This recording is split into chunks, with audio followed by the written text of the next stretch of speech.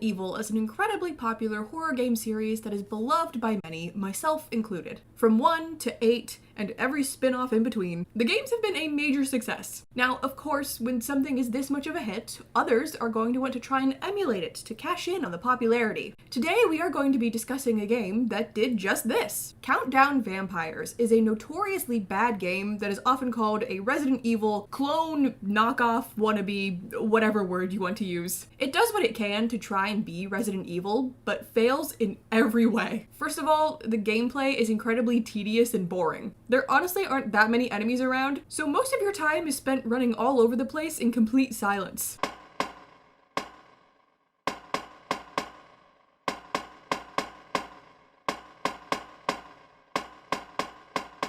The item management is practically non-existent. You have plenty of storage, and you're often given more than enough ammo that running out is never an issue. The voice acting is just dreadful.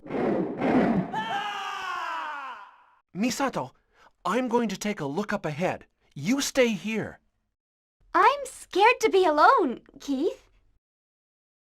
You've got to stay here. Also, the game is littered with typos. You want to use a stun gun? Sorry, we only have a stun globe. Now let's read this note we found. It was one of the nicest days I'd spent a long while. Oh no, we have to escape before the timer ends. Hurry, what does the game say about this thing? There's some kind of switch, but it doesn't to turn on the power. So I think you're probably starting to get an idea of why this game has such terrible reviews. The craziest part about all of this is that the developers who made Countdown Vampires later became part of Capcom and worked on Resident Evil 5. Capcom hired people who made a rip-off Resident Evil to make an actual Resident Evil. You know, 5 is my least favorite Resident Evil, so this actually explains a lot. Okay, so obviously the one thing I haven't touched on yet is the story. It emulates Resi games in the sense that it's also about people being turned into monsters, but in this case with strange water rather than a virus. But the similarities stop there.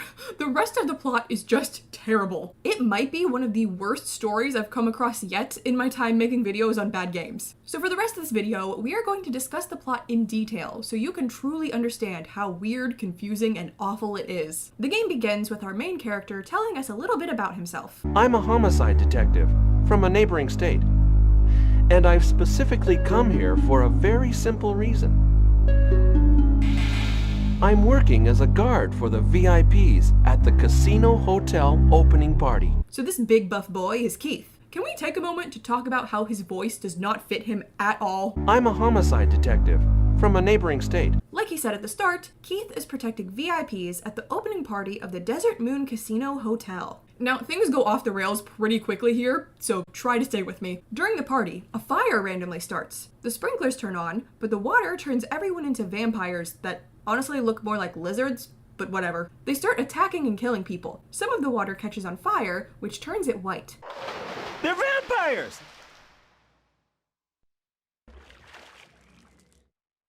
This white water turns them back to normal. I love how casual they are about that. So this is when Keith begins his journey searching for a way out of the casino. There are a bunch of vampires around trying to kill him, but they act way more like zombies. Like, seriously? You're telling me that these are vampires? Sometimes instead of walking, they hop around on all fours, and every time you hit them, they make a weird laughing noise.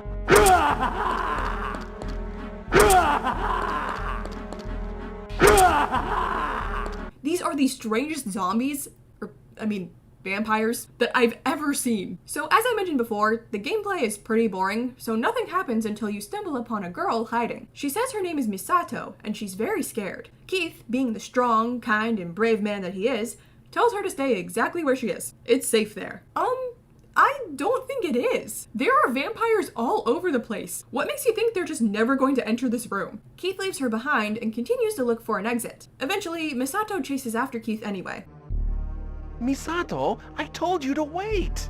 I cannot handle how whiny his voice sounds. She says that she saw a man in black. It scared her, so she decided to look for Keith. They take an elevator to the next floor. Misato makes no attempt to get out, and the elevator takes her away to somewhere else. That's when the man in black appears behind Keith and holds him at gunpoint. He says that the countdown is beginning, and Keith should never take his eyes off of Misato before disappearing. That's the man in black.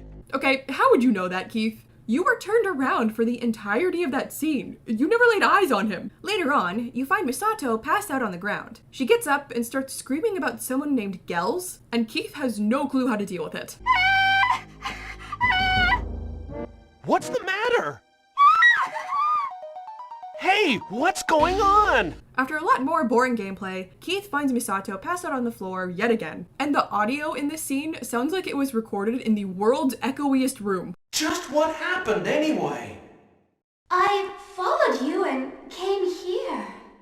You followed me? Misato says that her illness flared up. Every time there's a full moon, she loses consciousness for a while. Well, anyway, let's just get out of here. Ouch! Oh, I'm bleeding. What happened? Oh, it's okay. Nothing serious.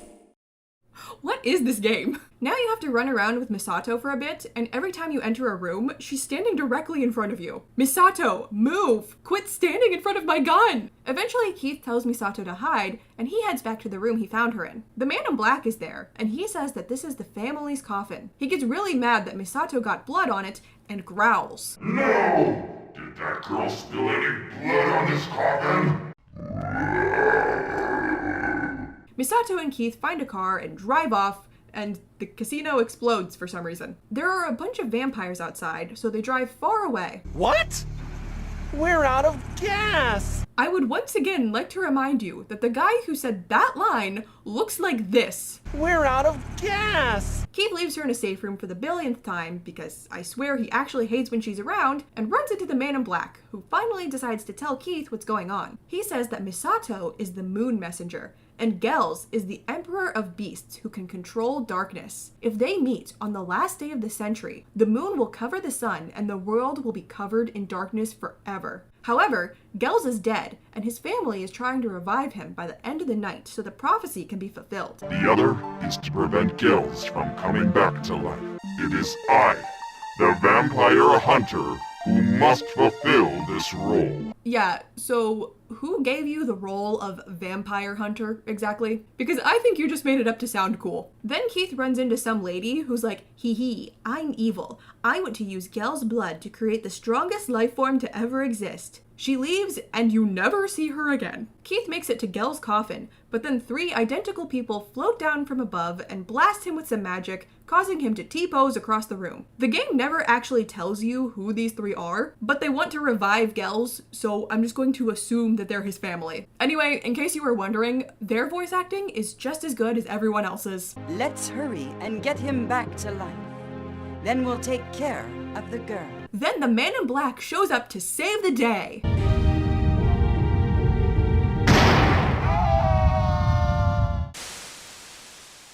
Okay, never mind. Also, can we acknowledge the fact that the floor started opening beneath him and he just stood there and let it happen? All he had to do was walk back 3 steps and he would have been fine. But whatever, now it's time for the boss fight with the Gels family, where they evilly giggle the whole time.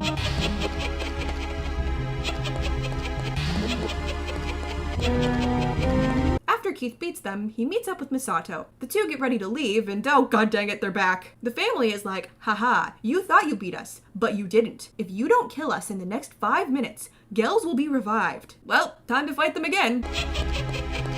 Keith kills them for good this time, and then we get the greatest ending cutscene of all time. Misato, you mean you never heard of Gels?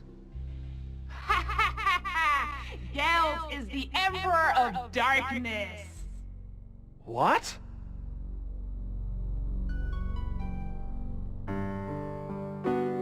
Keith, I'm just kidding.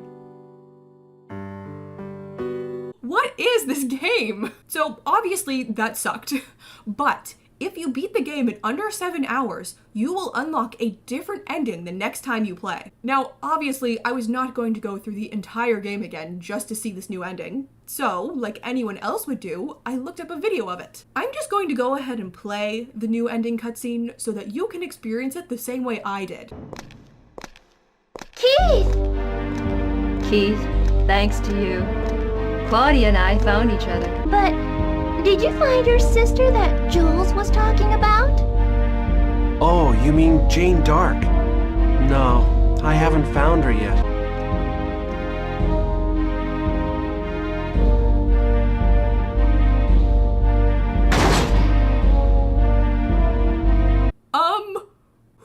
they? Why are there all these characters I've never seen before? Who is Jane Dark? What do you mean Keith has a sister? Okay, I guess I really do have to go through the game again. Contrary to what you may think after seeing that ending, not that much of the story changes, so I'll just quickly tell you what's different. So before meeting Misato for the first time, Keith runs into two members of the SWAT team, Jules and Shek, and they honestly just look like the same guy copy-pasted. They were also there to guard VIPs at the party. Then, way later, after Keith and Misato have left the casino, they run into one of Keith's co-workers, Detective Mira. She tells Keith that she can never forgive Gels. Apparently, he used to kidnap people and experiment on them. He would dispose of the failures and pass it off as a serial murder case. When she was a kid, her 9-year-old sister named Claudia was kidnapped by Gels, and she never saw her again. This really confuses me because I was under the impression that Gels was this ancient, evil being that's been dead for thousands of years, but I guess not. He was alive and kidnapping children like 20 years ago. Then they find a picture of Alicia Tiller, daughter of a rich CEO. They never say it, but I think she's the lady from before who's all hee hee, I'm evil. It looks like her, but I can't say it is for certain since we have Jules and Shek looking like identical twins. After the first boss fight with the Gels family is when things really take a turn. Jules shows up and knocks Keith out. It turns out he's been evil the entire time. He ties him up along with Shek and Alicia. When they wake up, he tells them everything he knows. First, Alicia is actually Mira's sister, Claudia. She was kidnapped and brainwashed as a kid. Next is Shek. He reveals that he destroyed Shek's wife's eyes. I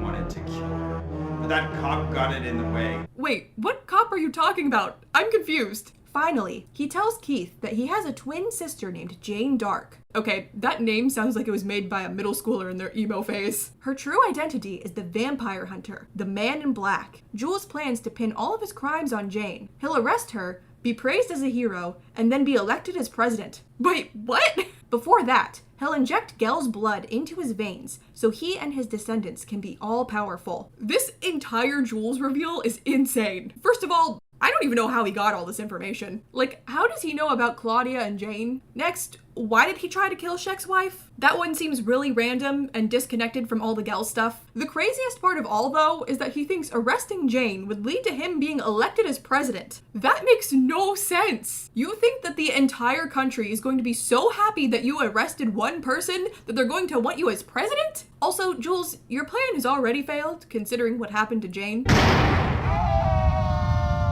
Anyway, Mira shows up and shoots Jules, and he falls into the floor, just like Jane. Well, that was anticlimactic. All that build-up just for him to immediately die. Keith has to fight the Gels family again, just like before, except this time, Gels gets revived. Keith is for some reason turned into a vampire, defeats him, and then turns back into a human again. Okay, that was also really anticlimactic. We finally meet Gels after 2 playthroughs, and he dies after a quick boss fight. Now is when we get the cutscene I showed you before. Claudia and Mira are happily reunited, and Shek drives them home. Suddenly, the floor opens and it's Jane Dark! I don't know how you survived, but alright. Jane!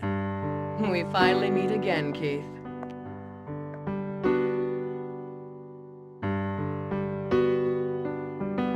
What a heartwarming reunion. Keith, Jane, and Misato drive off and probably live happily ever after. The end. Okay, what on earth was that? The game was already bad and confusing after the first playthrough, but the second one took it to a whole new level. Who knew that adding 5 extra cutscenes could make your already terrible and insane story even more crazy? Okay, so first of all, why were none of these characters around the first time you play? And what purpose do they serve? Did we really need evil Jules who gets killed immediately after revealing his dumb plan? Did we need Mira and her amnesiac sister? And what about Keith's twin that he never ever mentions, Jane Dark the Vampire Hunter? None of them are necessary for the already dumb and confusing story of Gels and Misato.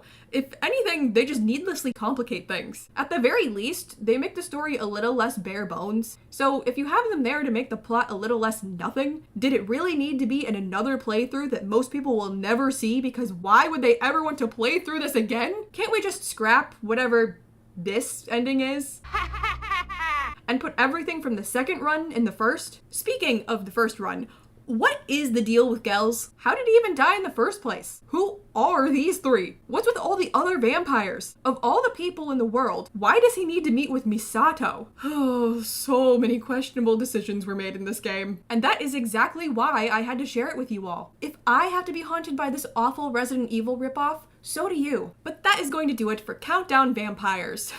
I never want to think about it again. But if there are other games out there like this one that you want me to talk about, definitely let me know in the comments below. If you enjoyed the video, like and subscribe to see more content from me. Thank you guys so much for watching, and I will see you in my next video. Bye! Who are you people?